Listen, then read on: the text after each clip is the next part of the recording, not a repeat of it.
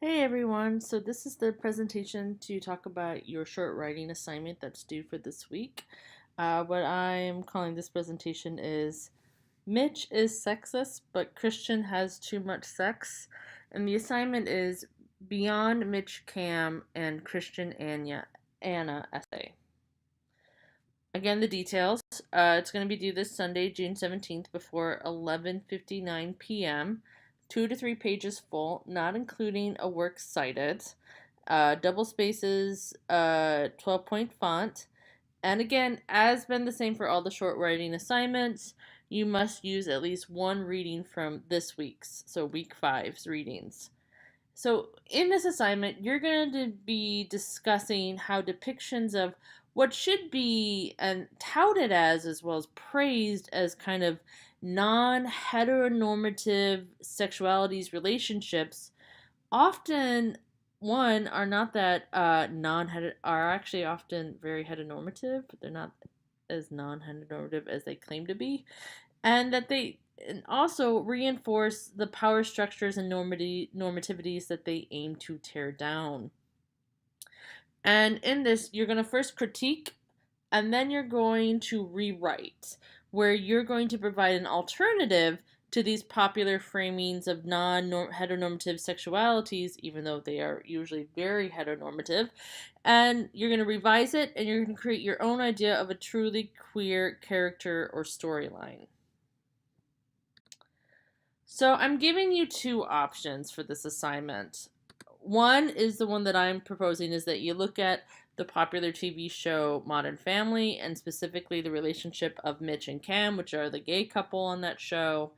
And then you also look at 50 Shades of Grey and the relationship between Christian and Anna. I want to say Anya, but it's Anna.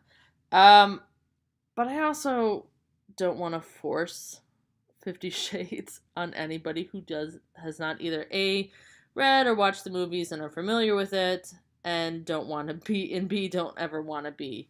So I am going to give you another option. So the first option is to do what I propose, is to look at Modern Family and 50 Shades of Grey, because I think those are really good examples to work from, and they're pretty easy and pretty straightforward.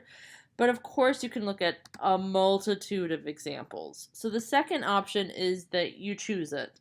But I am making one thing that you have to do if you want to choose your own is that one of your options must have a homosexual romantic relationship in it. Romantic sexual relationship in it. The other example, so you still have to choose two. One has to at least have a homosexual relationship in it that you're going to critique. The other can be heterosexual, homosexual, pansexual, etc. But at least one has to have a gay relationship in it. And there's a wide variety that you can look at too. So it's not to say that Modern Family and 50 Shades are the only people to look at. You can look at popular movies that have come out around gay romances. The one that just came out, Love, Simon. You can look at the gay characters or just even the straight characters and happy endings. Same as in within Westworld.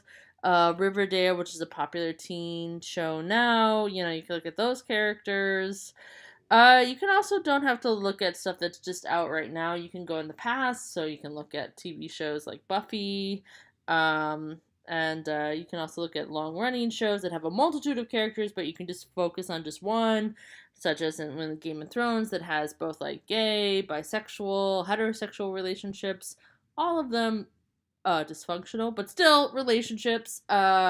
You can choose just one, so you don't have to look at all of the characters. You can just choose one. Like, you know, for example, for those of you who know Game of Thrones, you could be like, I'm going to critique the relationship between Oberyn, who was a bisexual character in that show, you know, and you can talk about that. So that's just to say that you do have a lot of options. The only thing that I'm requiring, if you want to choose your own and not do Modern Family and 50 Shades of Grey, is that at least one of the relationships that you have to look at has to be a gay relationship.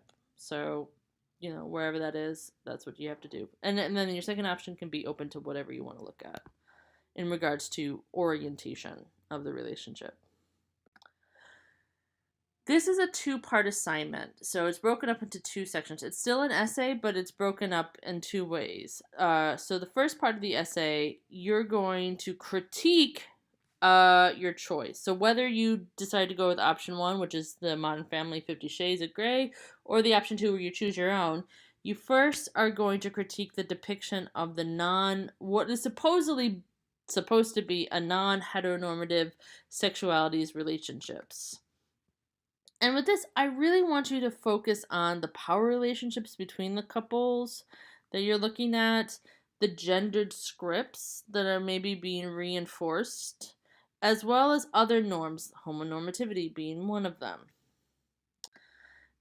For if you choose option one, which looks at Modern Family and 50 Shades of Grey, there's a lot to talk about in regards to how norms are being reproduced and what are supposed to be, kind of non-heteronormative scripts. So in Modern Family, it's supposed to be non-heteronormative because it's a gay couple, but at the same time, Mitch and Cam never have sex on camera, even though the other couples, you're always seeing them like caught in the act or almost caught in the act.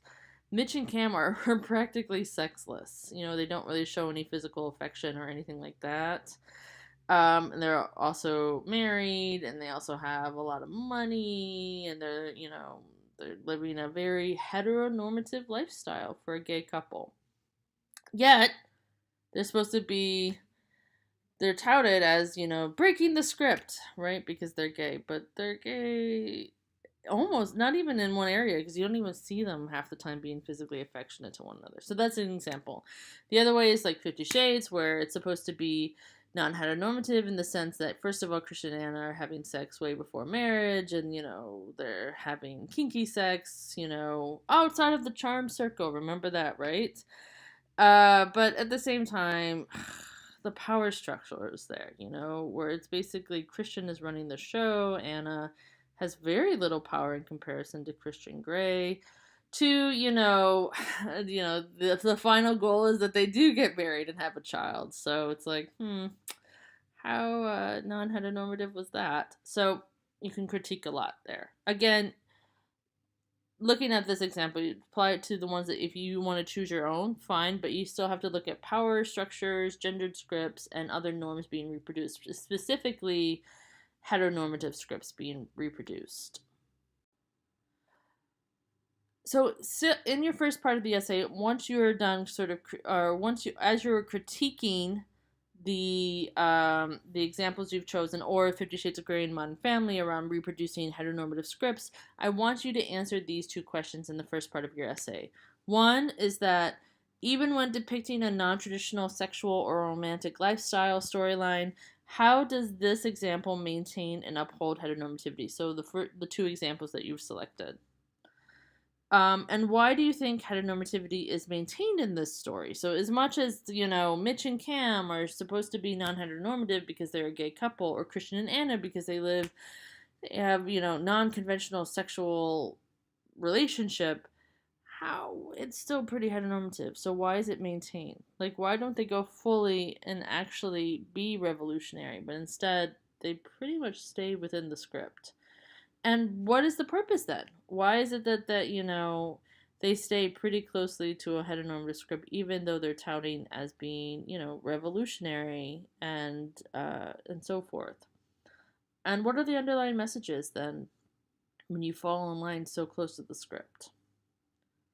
So I want you to answer these questions in the first part of your essay, and this is supposed to help you critique either the examples that you've chosen, or the Mitch or Modern Family and 50 Shades of Grey. Next, the second part of the essay. Now I want you to rewrite. So after you critiqued your examples and answer the questions in your essay, you will then rewrite the characters or the storyline so that they do not uphold, reproduce, maintain heteronormative models of gender and sexuality. And by doing this, by rewriting, you're doing queering. You're queering. You're queering the storylines and the characters. So queering, as I talked about in the first week, involves challenging norms around gender and sexuality, heteronormative norms especially, and rewriting these scripts to have more characters and storylines that do not reproduce heteronormative models of sex, sexuality, and intimacy. So, for example, 50 Shades of Grey, ways that you can queer it. One is that you can queer it into a gay relationship because it doesn't necessarily have to be heterosexual. But another way is to also queer in the way of how power is distributed in the text and how Anna has such few power, and talking about, well, what would actually be an equally affirming positive relationship? What would be an essentially a relationship that challenges norms around gender, that women need to be submissive and men need to be dominant, and so forth. For Modern Family, you can talk about, well, one way to talk about how it can be a queer relationship is to actually see them be intimate instead of sexless, and maybe not following the heteronormative or homonormative script so closely. In the second part of your essay, I want you to also answer these 3 questions. How have you queered your examples to dismantle or challenge heteronormativity? What does this queering do to the underlying messages of your examples? And why is this queering important? What effect can it have on the general audience? So have these answered in your second part of your essay. And again, if you have any questions about, your examples or how to queer your examples and so forth, just send me an email. But make sure that you answer the questions. And again, there's no real right or wrong. I'm just interested to see your critiques and how you seek to challenge them. And also, do not forget that you need to have at least one reading from this week incorporated in your text. All right, good luck.